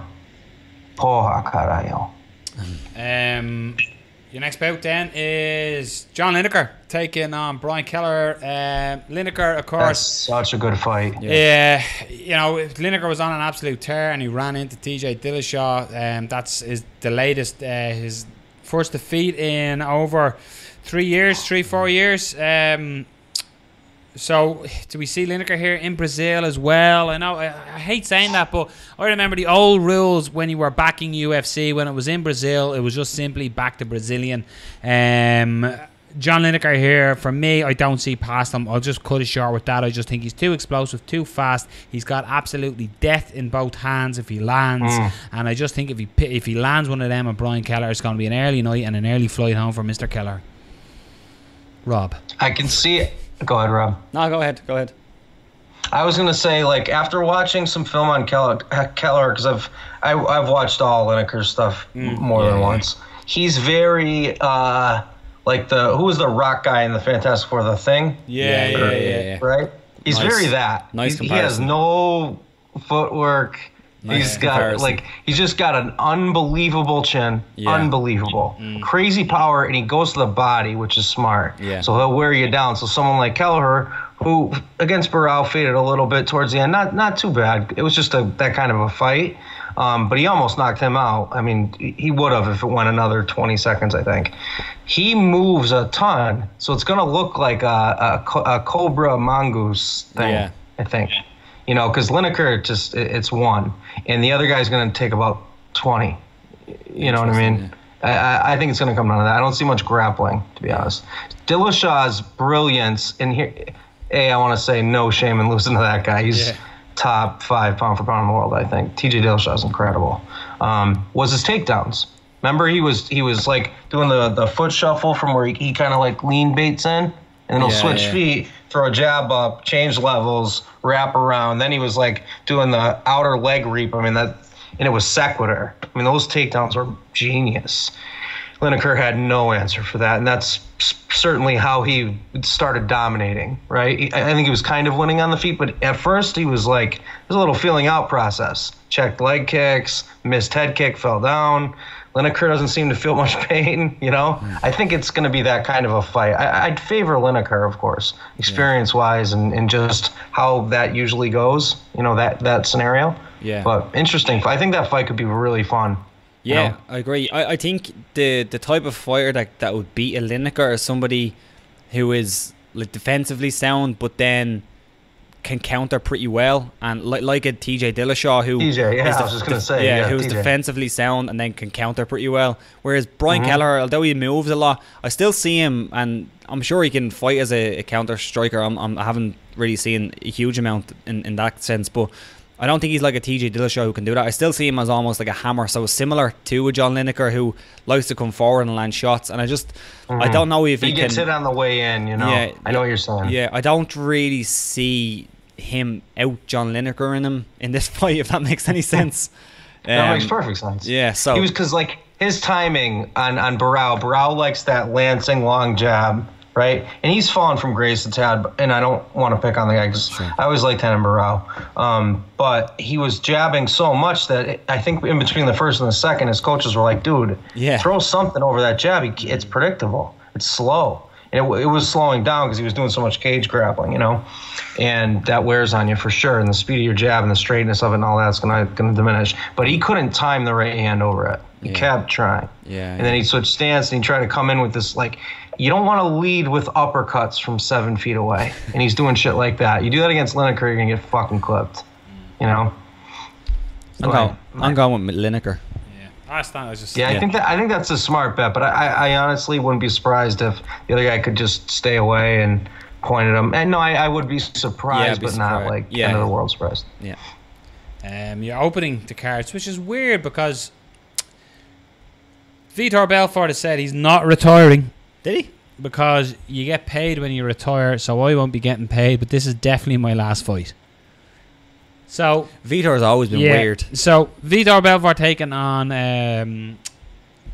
Machida, two of the more famous Brazilian fighters, I suppose, in the last. Definitely. Yeah, Vitor's probably one. Both have had their issues with supplements. Differently, but yes. Things like that. But the fact it's in Brazil. Vitor's last fight. If I could have one of their grab bags, I'll take Vitor's for 100, Alex. But yeah, I'm surprised that this is opening the card for nostalgic reasons. I almost think for Brazil, for the chance to say goodbye. Yeah, that's a good point. So in a way, that's what I mean. And I'm not ripping. I'm not going to go in this fight and say, you know, if he has Jesus on his shorts, he'll look a lot more ripped. You know, Vitor has done incredible things for MMA. He was a great representative. Unfortunately, the old asterisk goes beside him now. Dude, 20 years of fighting. Yeah, unbelievable and incredible. One of the like a highlight reel that they still show in the UFC is him just charging forward of Vanderlei and absolutely like. It's one of the greatest moments ever. He's still fighting. Yeah, still. That's fighting. weird. That's crazy. It's insane. I know. He doesn't look the same. Like they were wearing shoes. Yeah. He was wearing shoes, and he's still fighting which now. Back then you had an option, right? Yeah, exactly. You could wear shoes, but not kick, or wear shoes and kick, or the way around. But like when you put it there, like he's fought Randy Couture, he's fought Chuck Liddell, he's fought Alistair Overeem, Dan Henderson, John Jones, Rich Franklin. Anderson Silva. He almost got Jones. I know. Anthony Johnson. I know. That's when Rumble was trying to cut from 240 to 170. It's just ridiculous. The names. Yeah. Marquardt, Mousasi, the names that Vitor Belfort has fought is incredible. What an incredible career. And then you have Machida, who came in and like Joe Rogan refers to it as the Machida era. Remember, like, it was this whole new thing. It didn't last very long. The Machida era. I didn't buy into that shit. Enter Shogun. Boom. See you later, era. Yeah. Oh, I forgot your homie. Oh, we got some things coming up with that. MMA history. But this is a celebration of a fight in a way of two great fighters that, you know, both. Yeah, I agree, man. It should be higher up because of its status as a Brazilian fight. I agree. And I think Machida's like 39. Yeah. And Vitor's 53. 54, I think, by the time the fight comes down. He's 41. So it's a great fight. Well, and you know, it's just weird. He's older than me, man. Yeah. But it's a bit. But you know what's right about this, Brendan, is his final fight was originally meant to be Uriah Hall. This is a better final fight for Vitor. I agree, yeah. I agree with that. Yeah, in a lot of ways. Yeah.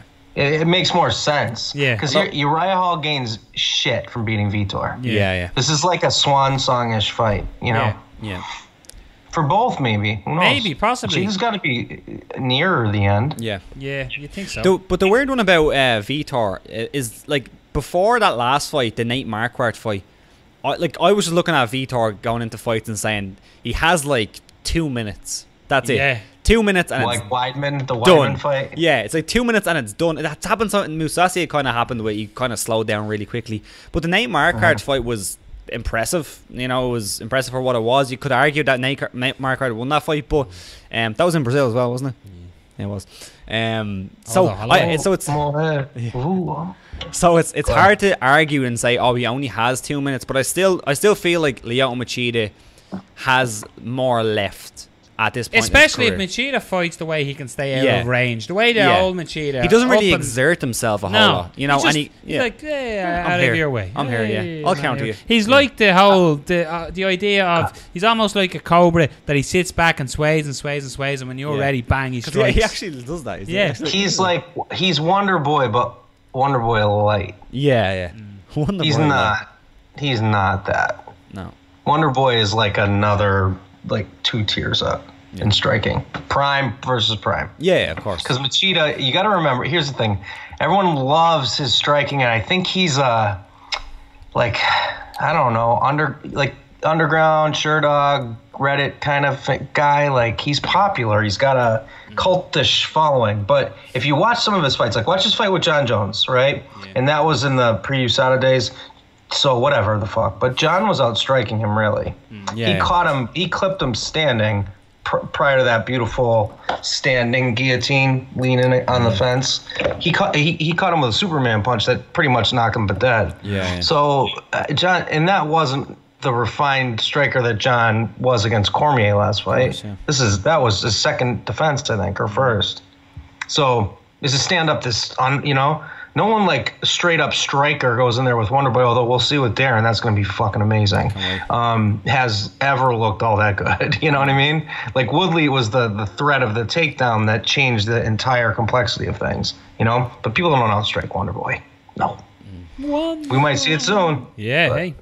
I think they have a bit of a similarity in striking. Not that they're completely different strikers, but I feel like their speed is like they have great technique, but I think their speed is what kind of caps that, if you know what I mean. Like, I think Machida, if he doesn't have his speed, the timing is still there, but he's always been great at getting in really quickly and getting out. And same with Vitor. He blitzes similarly, but he does not have the dexterity, the arsenal, the angular sense, because Wonder Boy does that, like, drape, side step, like what I used to call like the crossover dribble effect to explain what TJ does, where he kind of leans forward and does like a shuffle step twice to lean in. But they'll do it at an angle. He did it against Masvidal. He did it amazingly moving backwards against Cote, where Cote is coming in straight, and he cuts line here to throw a right straight through. Like, the way that he cuts angles backward, forward, sideways. He's not very good at going backwards, I feel. Machida's not very good at going backwards at all. No, exactly. He's not very good at all. I mean, that's a major difference. Yeah. But if you're going against a grappler, Yeah. You know? But I think his years have passed. Wonderboy's a much higher. Yeah. I'm just using him as an example, right? Because Vitor's striking style is to go forward. Yeah. But that's what I was going to say. Yeah. If Vitor comes forward and blitzes like that, I think he can catch Machida. But what I mean with the similarities between Vitor and Machida is that Vitor's blitzes and Vitor, the way he comes forward and strikes, isn't as good without his speed or his explosiveness. And the same with Machida. Machida's timing and the way he catches people coming in isn't as good without his speed, and I think that just diminishes over time. Sure. Yeah, they always say, like, speed's the first to go. Yeah. Power's the last. Yeah. That's a old boxing adage, but I'm sure it's the same for MMA. Yeah. You know, it's interesting. I don't know who the fuck's going to win that. I have no idea. Yeah, I'll tell you at, like, weigh-ins. I want to see how they look, you know. Vitor is jacked out of his mind. Christ, he aged 5 years in about 5 months recently. Who wins?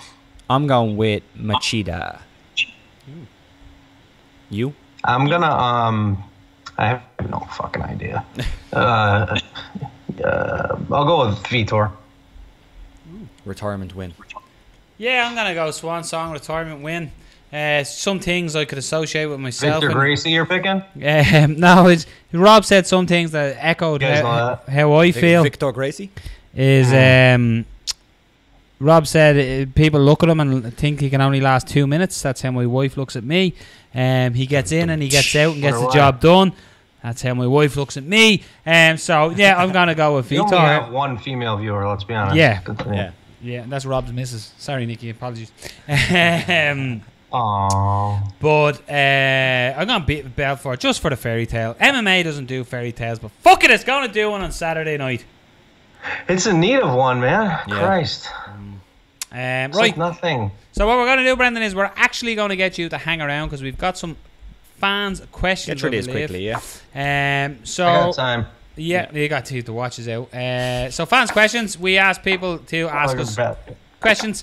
Make a quick fire fan questions. Yeah, so one comes from Hans Van Burgers on Twitter, and he said, even rumours of Nate Diaz and GSP shows exactly how the matchmaking in the UFC has plummeted so much since Joe Silva left. One of the best of all time against a journeyman. What's your opinion on matchmaking? I presume you will be talking about Diaz and GSP either way. What do you think of the matchup, firstly, Brendan? And does this show the change in matchmaking in the UFC, especially since Joe Silva's left? Yes, tremendously. You guys, I mean, who's in what position in what division now? It's like there's no structure to fights anymore. It's just think of how many fighters that are like a Colby Covington who kind of beat Damian Maia. That's his career, as far as like most know. Right? Yeah. He's now putting on sunglasses at press conferences, wearing a suit I'm pretty sure he borrowed from McGregor or whatever, got it resized. Yeah. But he's so lame. He's just so fucking lame. Like, dude, your shit talk is tired. It's terrible. He's like, shut up, Junior, and sit down, and while they're both sitting. That's fucking awful. Like, watch Chael for an hour. Stop watching Conor, watch Chael. And be funny with it. It's like he's trying to be mean, but 2 seconds before, Usman was in the back going, hey, I'll fucking kill you. We live 10 miles apart. I'm talking to you. Stop looking at your... You know what I mean? Like, yeah. He's not what he's pretending to be, and when it comes off disingenuous, it's cheesy. My point being is everyone's looking for these money fights. And this Diaz GSP thing, Nick got tuned the fuck up. What's Nate gonna do? And George is getting close to 155. I saw him recently, so keep that in mind. George, you know how strong he's gonna be at 155. Oh God. Yeah. So I think the end game there is you have one money fight with a pretty fucking clear winner, as far as I'm concerned, unless something flukish happens. Because Nate's the better of the Diaz's. I mean, Nick is. And I don't see how Diaz can even win that fight. But I think maybe there's a longer goal there. Yeah, that's what my opinion of it was that I don't like the fight, and it's not the right fight to make. But if that's the only way you're gonna get GSP and Nate Diaz back, I'll take it. I'll take it because maybe something else will happen from that. That's the only way I'll take it. If you get me. Oh, you think it's to set up a fight with Nick? No. I just mean if if Nate and GSP are only going to come back, aside from the Conor thing, you know, if that happens. But I mean, if Nate and GSP are only going to come back if they fight each other, like if that actually is in the works and that's kind of bringing them back, and that's the only way we're going to get them back in the UFC, I'll take it. That's all I'm saying. You know? Agreed on that 100%. Because they're both good for business and they're both great to watch. And it'd be funny leading up to it and all that. Exactly. I just think the winner is like fucking predetermined. Now, I agree. Addendum, I obviously root for one, and I like Nate, so it's not a dislike thing. I'm just, you know, I support my guys. My point. Now, here's what I'm thinking. I'm going a little further with this match, right? What were you going to say, bud? No, it doesn't matter. I'm only the host of the fucking show. Doesn't matter. You fire away there. I was just going to say I had a little flat earth theory for you. Lovely. I think Ferguson's out a while. And I think maybe I'm going to eat my words and Khabib and Conor are actually going to fight. Imagine. They're going to fight. Those two, they're going to fight. A ladder match or a piss match. And the winner of GSP Diaz fights the winner of that. Because Khabib wants to fight George and George wants to fight Conor. So it makes a lot of sense. My point what it is, I do think it shows, what I've said is for a long time, is that the matchmaking in the UFC has gone to absolute shite. As much as it sounds silly, as much as it sounds silly, like a lot of the matchmaking is now done on social media. The main event coming up. Is that not UFC night, right? I mean, fight night on Fox. I'm sorry. Yeah, but no, it's just in general. I don't even mean main events. I mean, it's almost like the matchmakers of the UFC now just go on social media and go, right, who's arguing with each other, who's doing this, and they're just trying to make too many fucking super fights. They're called super fights because that was my Colby thing. Yeah, but they're gone super fights because it's where somebody like owned the division. It was like Anderson Silva could not be beat at his weight class. Georges St-Pierre could not be beat at his weight class. Right, that was the whole point of that. Let's make them fight each other and see who is the best. It's not, I've just won a belt, let's go down a division and fight the belt who fight the guy who's won his belt 15 fucking times. That's not a super fight. You've only won the fucking belt. Clear your division out first, and then maybe then we can call it a super fight. Just because I've decided I'm not going to go on a diet and I'm going to go up a weight class, that doesn't mean it's a super fight. No, not at all. And that's what annoys me. And it's just the matchmaking, the fucking. But we want to go on this. You're talking about like DC Stipe now. Yeah. Well, funny that DC Stipe is one that I don't actually really mind. Yeah, because they're both champs for a while. Yeah, they're both champs a while. Stipe is sort of beating everyone. I think Stipe is like who. Well, DC got handed the belt twice. Yeah, but right. But in fairness, that's because John Jones is a fucking cokehead. Yeah. It's not DC's fault. Listen, he's a piece of shit. I've been saying it 4 years on that guy. I suppose. I shouldn't say piece of shit. That's a little harsh. But John's a fuck up. Yes. But we've just seen DC lose. We just saw him lose. I think your point on that one would be, and I would kind of agree with it, would be that DC, even if you take John Jones out of the equation, I know you can't because he is there, but he's not fighting. He's not fighting though. So if you take him out of the equation, look at the lineup for DC. He's beating all of them. Yeah, he's beating all of them. Yeah, that's the way you look at it. For me, anyway. I dig. And at heavyweight, he's been great. Yeah. Makes sense. Unbeaten as a heavyweight. I think both of those divisions are fucked already. Why are you fucking them more? Yeah, that is a Both of those divisions are weak as shit. Yeah. It's like 4 guys, 5 guys. See, maybe. that's the problem with it as well. Is mixing all these around. There's no consistency to a division. As Rob would always put it, you're muddying the waters of every fucking division. Yeah. And even I think even logically, like you were kind of bringing up the like where do people stand in a division? When's the last time you watched a fight and said, "Oh wait, here's the next logical matchup," and the fight actually happens? It never happens. Never. Never. There's do you like remember so like many logical Thiago ones. Alves fought Hughes? Yes. And it was to fight GSP and like there was like always these like kind of or BJ Penn versus George the first time, right? There's all these fights that used to happen. I'm going pretty far back with that, but even more recently, that was when Conor was coming through the ranks. It was like he's coming through the ranks. Did he get gifted because he got Seaver, and then he had to fight Mendez? But it was like this path that you could somehow see Max who you have to fight. Max Holloway is a great example. That's gone, man. Max Holloway, saying the weight class obviously is the same. You could see him going up and up and up and up. He got beaten by Conor. He was knocked down a peck or two and then up and up and up and up. And like that needs to happen, and it gives it stability. It's just a mess. It gives but it is. It's such a problem. It's going like Michael Bisping wins the middleweight champion and fucking fights Dan fucking Henderson for the title. Don't get me wrong, Dan Henderson is a fucking legend of the sport, but Dan Henderson should not have got that title fight. And it's because Bisping was like, I want to avenge that loss. Yeah, he did. And but you know, there's worry. It's like Conor moving up to lightweight and stuff, and now you look at the lightweight division. The lightweight division is all over the place. It's only sort of starting to now, and it's the same with featherweight. It's only starting to now get it right again. Like, and then when lightweight is so stacked with talent. Yeah, that's blasphemy that you're even saying that. Although you're fucking right. Think about it. You're right.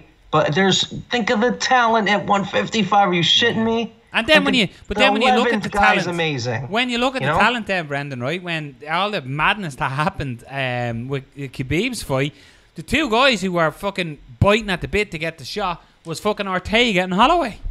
Yeah, I know. 145 featherweights. Yeah. So it just this started off about matchmaking, and we've just gone off. And I'll be honest with you. I'm gonna say it now. The UFC has gone shit since the potatoes have gone. I could add an addendum to this again, and I'll use that word till the cows fucking come home. Bring back the potatoes. This is also post USADA. I don't want to put it all on the departure of Silva. I think post USADA, if you like USADA, if you hate USADA, regardless, there's an inevitable thing that we're seeing with missed weight and injuries. Yeah.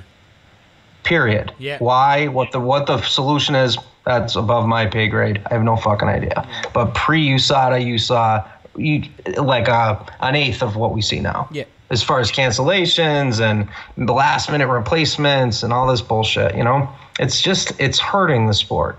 It's not helping the sport at all. Bring back the fatigue. Bring the gladiator back. Yeah, it's since the gladiator was gone from the opening sequence. That's exactly what it is, Rob. Was that the intro? Oh, that was better than the stupid fucking Bring the Pain shit. Face the pain. Oh, it's like a fucking heavier Nickelback. I want to vomit every time I hear that bullshit. Heavier Nickelback.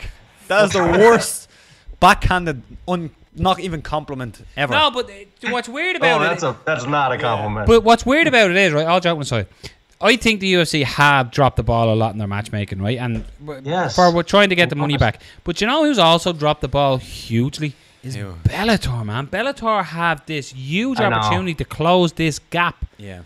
And then they're just not doing, like, as in, did you see their ratings recently? Their ratings are awful. Yeah, it's poor. And then, like, because their stars aren't fighting anyone that anyone gives a fuck about. Yeah. Why haven't you made Paul Daly MVP yet? Yeah, make that fight. Makes no sense. Yeah, it makes no sense. Make MVP fights anyone. How about that? How about he fights anyone that people know? I'm not disparaging the guys he's fought, and Cyborg has some name recognition, but there's plenty of guys to give him, right? Yeah, even he's getting Rickles now, and I think Rickles is quite good, Daly but nobody knows who weekend, Rickles is. Paul Daly's fighting this weekend. Yeah, he's fighting Fitch. Not against MVP. Yeah, Fitch. Fitch, though. Gonna get wrestled for it. It's a terrible fight for Paul Daly. Could win it, but it's a terrible style fight.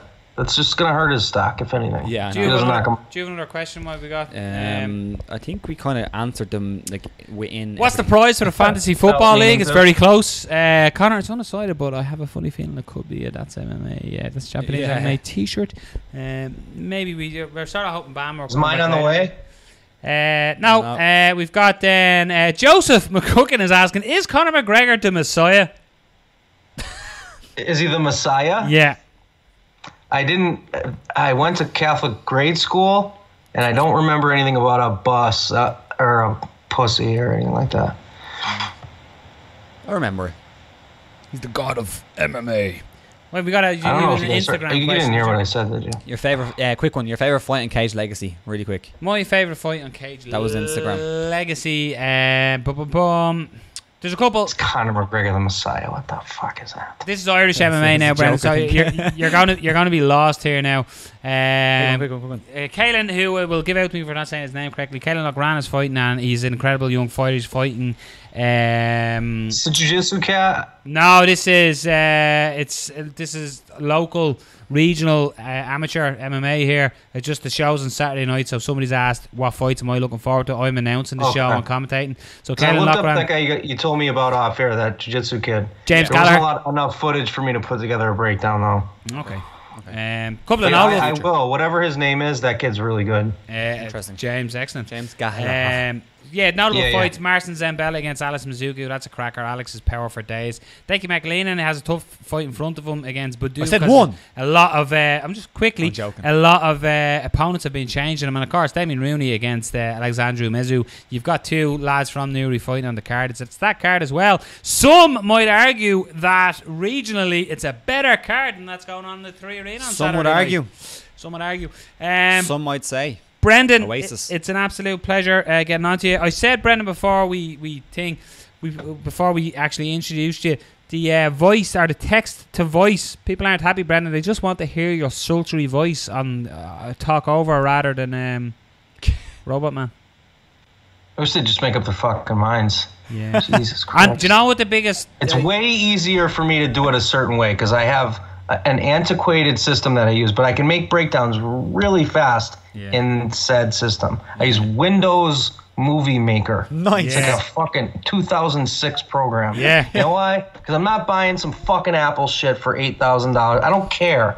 What I do works. Clearly, I make money doing that shit. Yeah. So, a little bit of money. Anyway, the point being, I don't like doing voiceovers because I don't have a good microphone and it doesn't translate to Movie Maker at all. It sounds like shit. And I did that because other people do it and get fucking bravo. Genius. Bravo. That was a lot of shit I do like that. I'm saying kind of like subtle fuck yous. My most recent video is an enormous fuck you. is that the Khabib one? Mm. Yeah, okay. I haven't watched that yet. No. The last one I watched was Danis. Fucking Khabib. The other note I have to mention it because I'm so proud of it the way it came out. I'm looking forward to it. I'll check. I might check it out on the way on home. When I make one and I like because usually I make them and I go, Yeah. But I've rewatched it. Like I like the final constructive criticism that Reddit gave was your thumbnails. What's this, therapy? No, I'm just saying. My thumbnail? Yeah, and the thumbnails that you use on your videos. They're saying you need to get them. It's better writing or something. Man, your work is exceptional. Oh, because I do like the Photoshop thing. Yeah. Yeah, I did that for one, and it got no views at all. Yeah. So, did a lot of people say that? A lot of people. We put on. I put it up on Reddit. Embrace the madness. Saying Brendan Dorman's latest breakdown, and somebody said, "Man, he really needs to fix his thumbnails." And some guy came on and said, "I only joined this thread to see that somebody mentioned the thumbnails." Wow. And Jesus. Okay, go back to that thread because I refuse to go to Reddit. Go back to that thread and tell whoever that is for my next fight they can make my thumbnail. Nice. Ooh, there you go. I promise them. I promise. I'll hold that true. Excellent. Obviously, Fight Talk. You just got to contact me, however. Just contact me on my channel or something. We'll figure it out. Twitter. Yeah, I'll tell them to comment or to hit you up on Twitter at me. Is that not fair? That's fucking fair. Of course that's fair. Yeah, you think you can do a better job? Prove it. I mean, obviously don't put Janice Griffith with a fucking thermos can in her face, but what does that mean? Anyway. That makes no sense. But if it's relevant, I'll use it. Cool.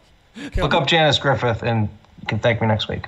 Okay. Janice Griffith, thank him next week. Brendan, I'm looking forward to the hostilities and I'm looking forward to next week you saying, remember what I said? Remember what I said about the overhand right? Remember what I said? Member. Yeah, it's the Dublin talk. Yeah, I know. Yeah. Member? Yeah. That's what we say over here. Yeah. Member. Cracker. You guys say cracker a lot. Cracker. Over here, that's racist. Oh, yeah. That's racialist. Over here, that'd be racialist and shit. Yeah. That's racist to white people, isn't it? Rainbow cracker. Jammy. No, but we say crack. We don't say crack. I suppose we do say that's a cracker. That's a cracker, yeah. You said this is a cracker. Yeah, it's a cracker. Yeah, cracker, yeah. See, a cracker is, at Christmas time you pull... It's not really racist. No one gives a fuck. No one uses that word. It can't be racist to us white people. Did I ever see that? It's in white people. What movie is that in? I think it's in like a Dwayne Johnson thing. They're like, what did he call me? How can you be racist to white people? So I can't remember. I think Honky is way funnier. Honky. That is funny. It's fucking hilarious. Yeah, I don't know. That's a funny word. It is a funny word. Honky. Look at honky. Mind you, I get very defensive when people slag us for being Irish. I don't get defensive. No, do you know what kills me more? When people commented on our Darren Till video, go, Jesus, these British people need to learn to talk. Yeah, you get and I'm like, going, we're from Dublin. The accents aren't the same. No, are they really? They're not the same. All right, I said they are the same. No, No, I we hear are different from Dublin, Irish Ireland. accents, but I'm, Yeah. it's my. Well, my how- roots. You're in the know. You're in the know. How do we, like me and Robert talking like this, and then Yeah. Darren Hill going, 205-pound gorilla? Yeah, that's how completely does that different. sound the same? Yeah. You doesn't at all. Neanderthal. But anyway. Darren's is heavy too. Yeah, He's got yeah. that Guy Ritchie film Yeah, kind of accent. yeah. Or sometimes I'm like, what the fuck? What? Say it again, Darren. Love Darren Hill. I love Darren. Don't tell him I said it'll fuck me Oh up. well, we could be talking to him next week. I got a way better chance against Dan Hardy. Tell you that. Brendan, absolute pleasure as Pleasure. always talking to you. Pleasure. Thanks for sticking around for the few little fans questions we had as well. Enjoy the fights, and I will talk to you next week, my man. Peace out, Mr. B to the D, Dorman on the OFT. You guys know what's handsome with a 200 IQ? Go ahead. They gotta go.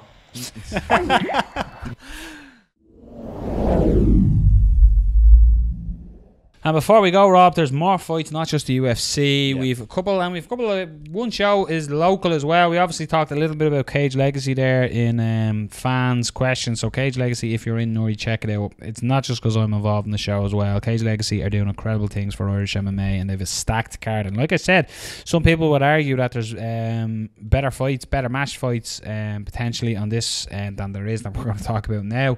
That's not to say BAMMA 35 isn't a good card. It's going down this Saturday night in the 3 Arena. Your main event sees former guest Lahore taking on Pascu. Both fighters, interestingly enough, Rob, this is a big challenge for them. Pascu, absolutely, his last time out, was it in Bellator or BAMMA when he knocked out Henry Felipe. Pascu shows absolute strength, and of course Lahore will be known to the Dublin fans as well after he beat Richard Kiley.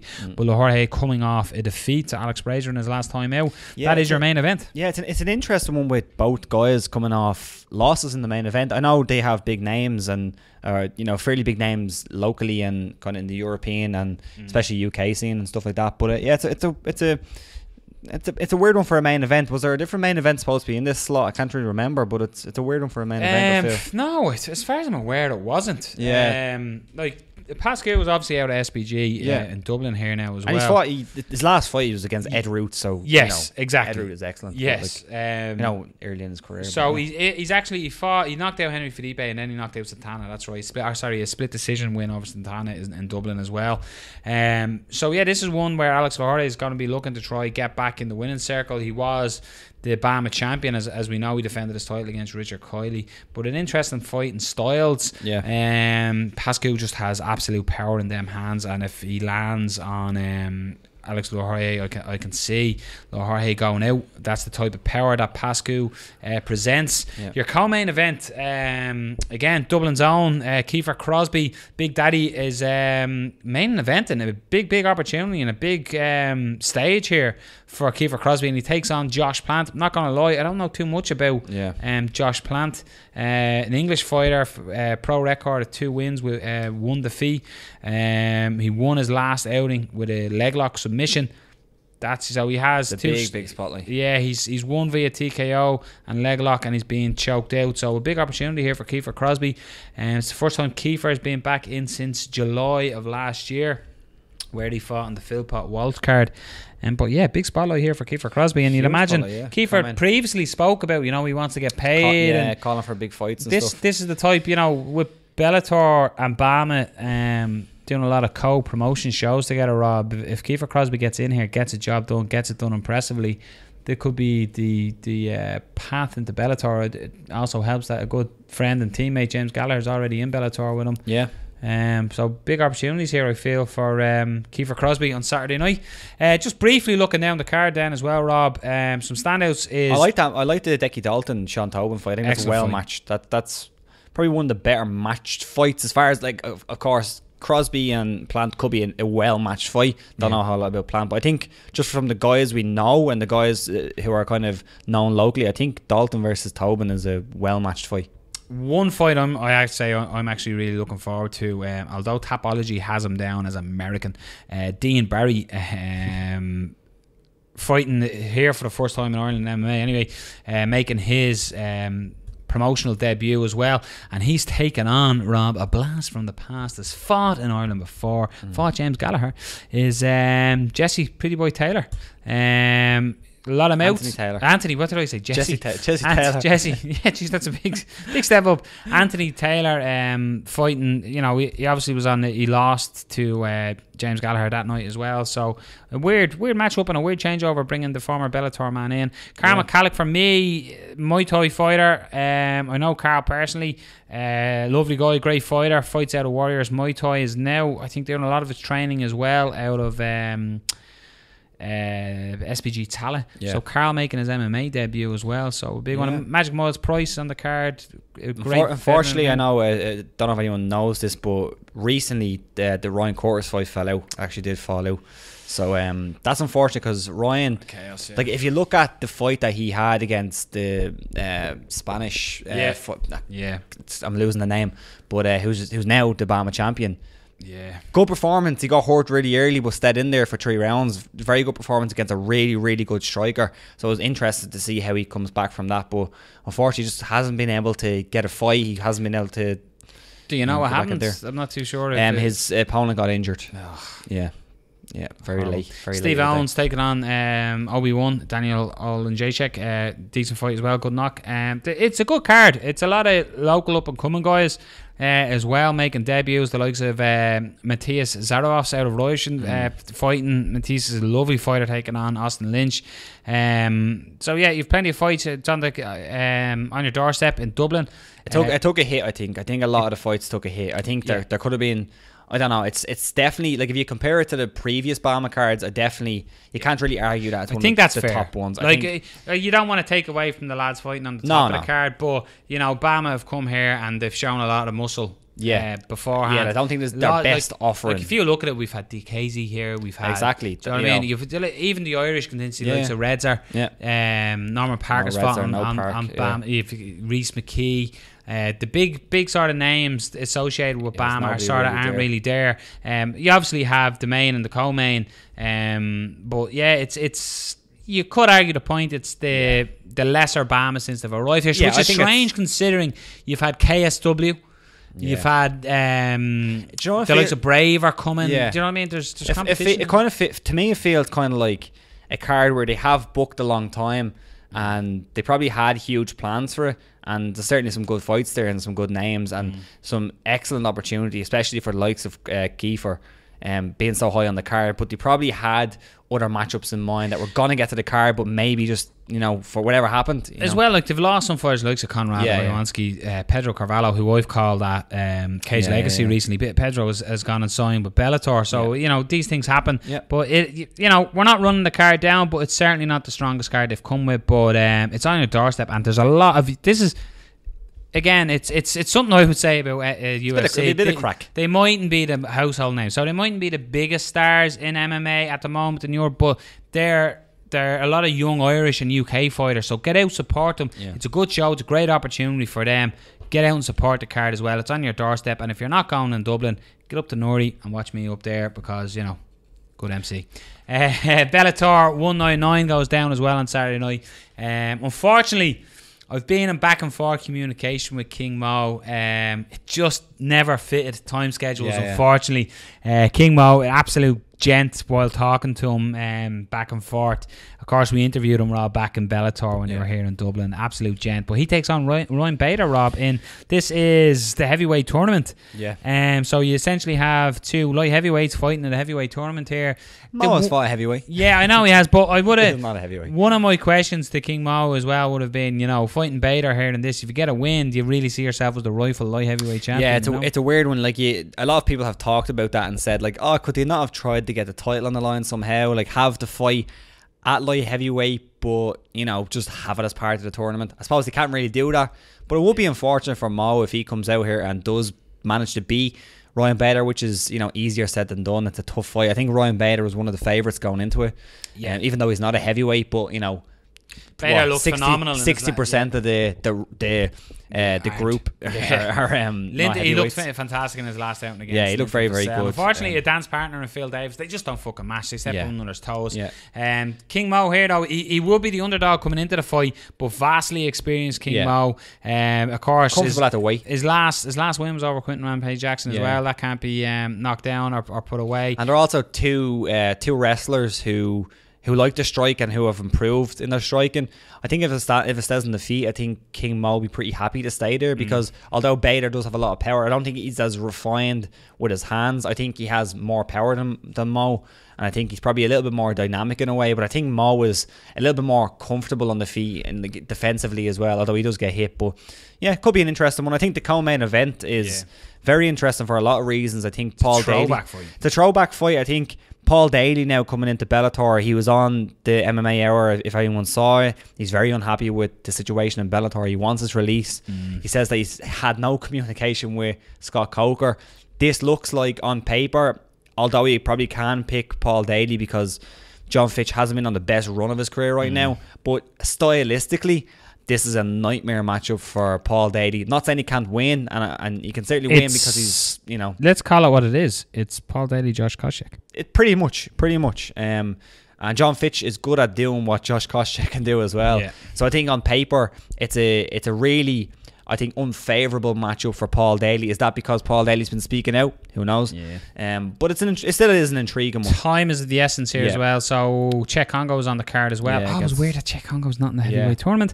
Aaron Pico fights again, taking on Lee Morrison, and a big step up in experience as well. He's fighting a guy with like 26 pro bouts, 18-8. If you haven't seen our interview with Jimmy Smith, it's probably the first interview we had with Jimmy Smith, and he come on, he was speaking about Aaron Pico in production meeting with the Bellator guys, and they said that they're not holding back on Aaron Pico. They're not going to feed him some cans, and so far they haven't.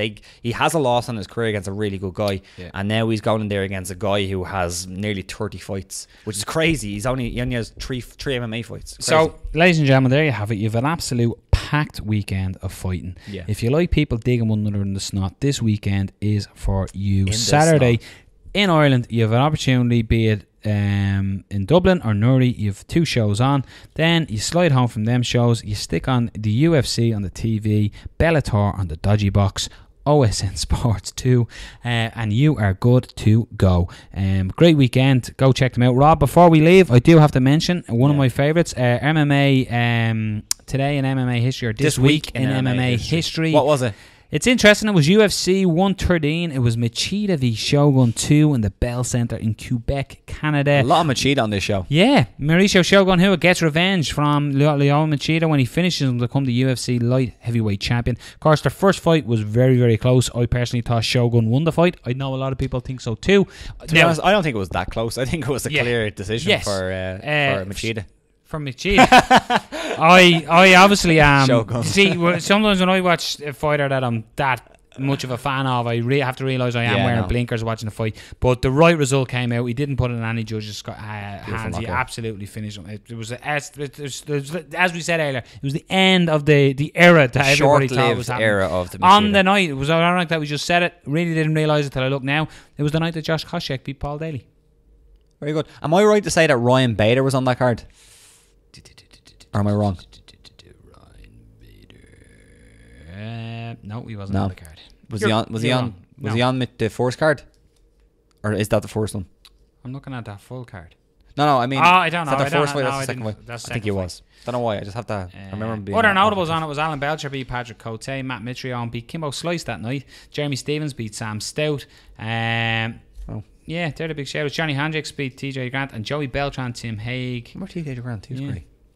There you go. That's a show. MMA News. We're done.